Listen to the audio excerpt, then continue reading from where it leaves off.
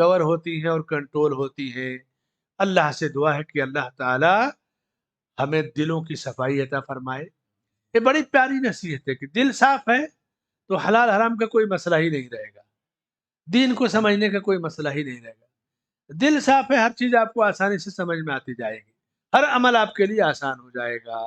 اللہ ہمیں اور آپ کو علم نافع عطا فرمائے، عمل صالح کی توفیق بخشے، اور حلال اور حرام کا جو قانون الہی ہے اس قانون کا پابند بنائے، شبہ والی چیزوں سے ہماری حفاظت فرمائے۔